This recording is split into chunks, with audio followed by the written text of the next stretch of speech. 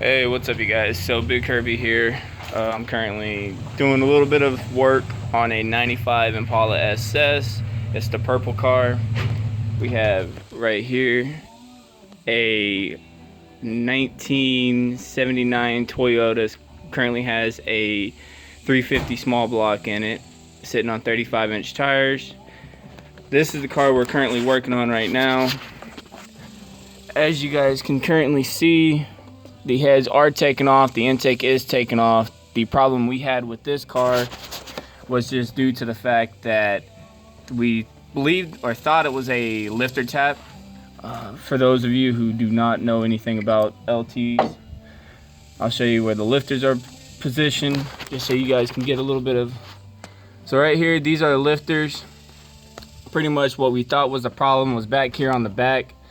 We thought it was a lifter. The passenger side also had a current lifter tap as well.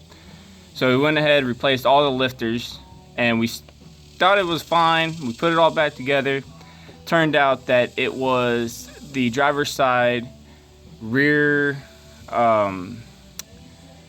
lifter spring. It was one of the two lifter springs on the back. So pretty much what we did was we thought it was a lifter spring was loose. So we took it off.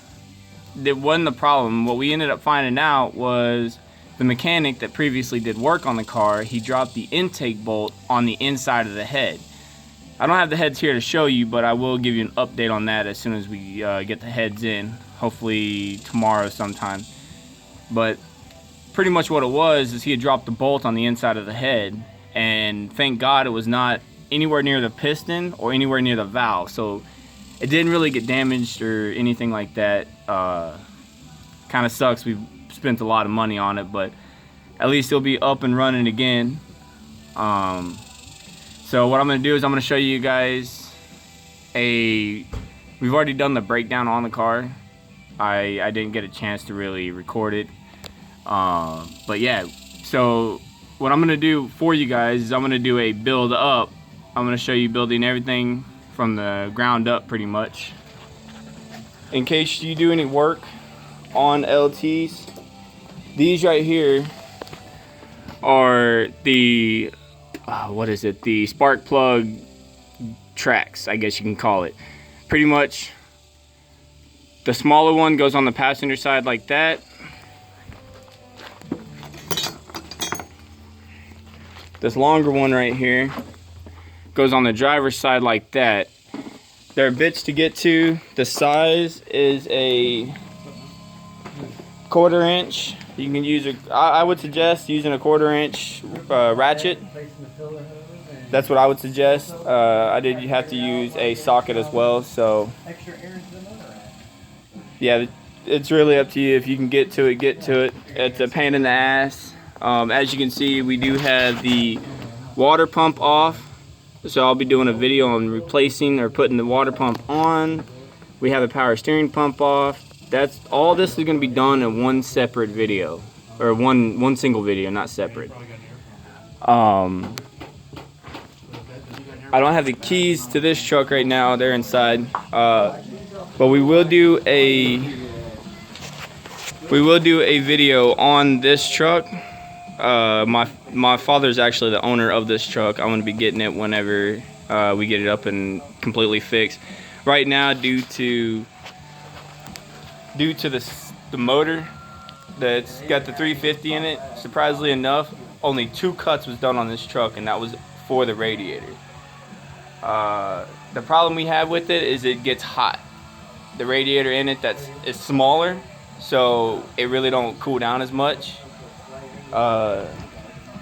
As you can see right here, those are water jugs, so we're able to, gets hot, we just jump out, throw some water in it and everything like that. As you guys see, some of these right here,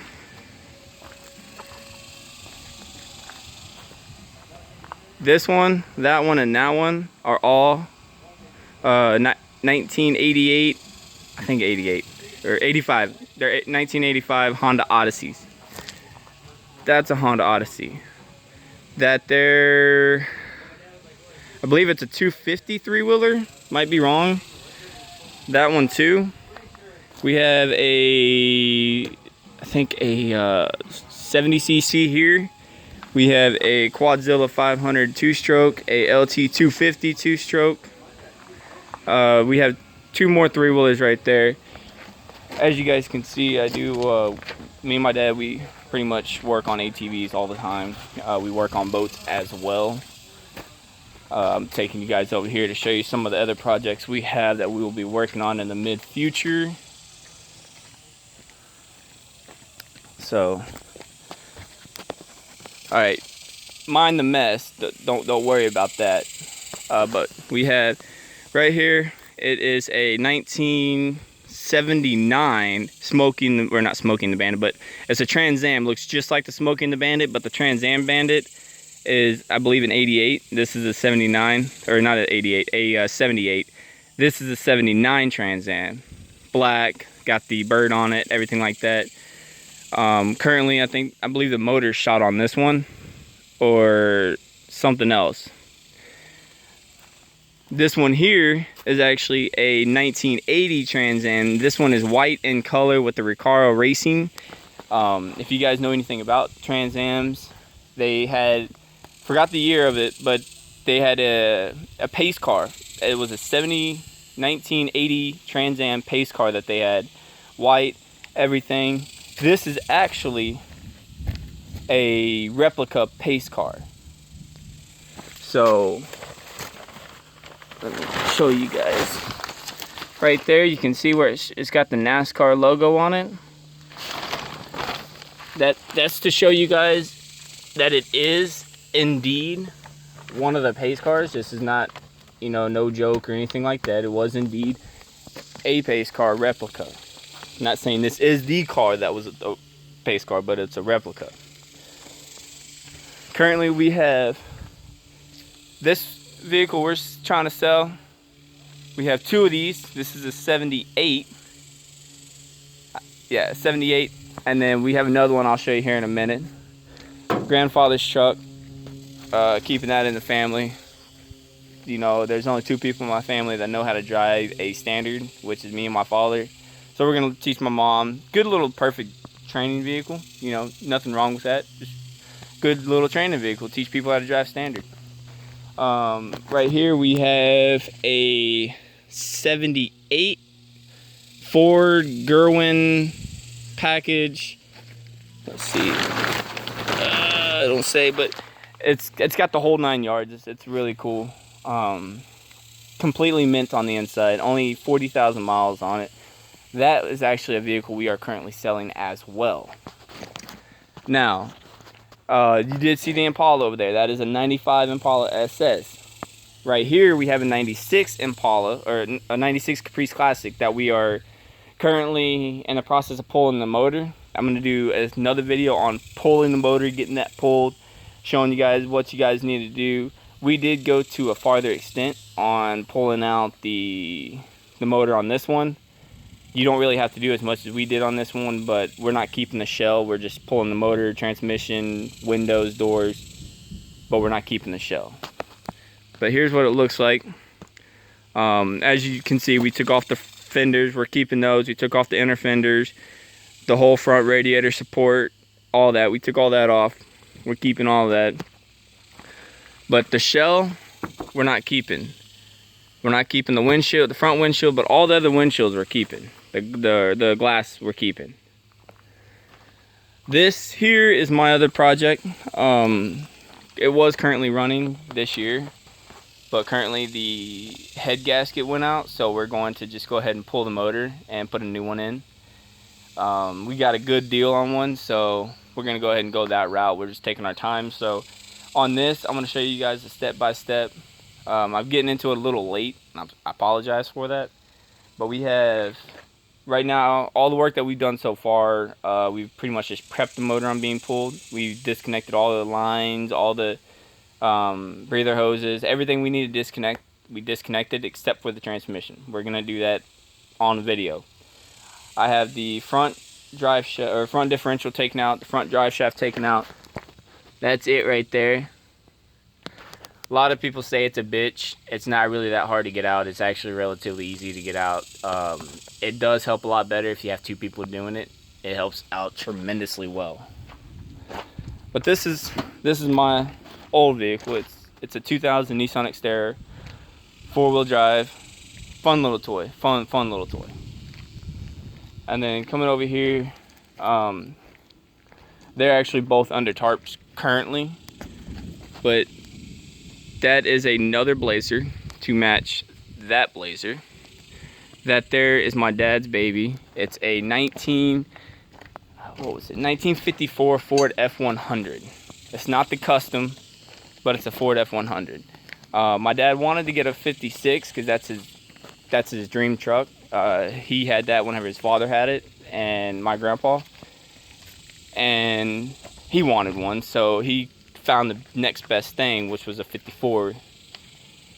Like I said, a lot of my videos, this is gonna be my first actual vlog video, I guess you can say. I apologize for the camera.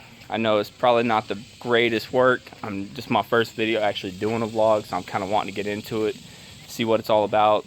I currently drive a 2007 Chevy Silverado 4x4. I believe it's the LT. I'm gonna be doing some videos on that. I have a lift kit I'm doing, a body lift I'm doing, tires. It's gonna be a pretty gnarly ass build. I can't wait for it. But currently right now we have a 1988 Ford Ranger. 86, jackass. An 86 Ford Ranger. So Jackass. we're gonna do a little bit of videos. Currently, here, I'll let him just explain what the problem is, what's going on. Pretty much what I'm about to do. We're gonna rip off the bed. We're gonna take the old filler hose off, replace it with this $60 hose that's a waste of money. Then we're gonna replace the fuel filter. Then we're gonna spray some WD-40 on the hoses to see where it's sucking in some air at. Sounds like a good time, don't it? Now, the reason why I suggested to do the WD-40 on the breather hoses or any hoses on the truck at all is it's a mechanic's trick. If you spray it on a hose and the motor revs up real loud, that means that's where your that's where your leak is. So we're gonna do that. I'll take you on a little walk around.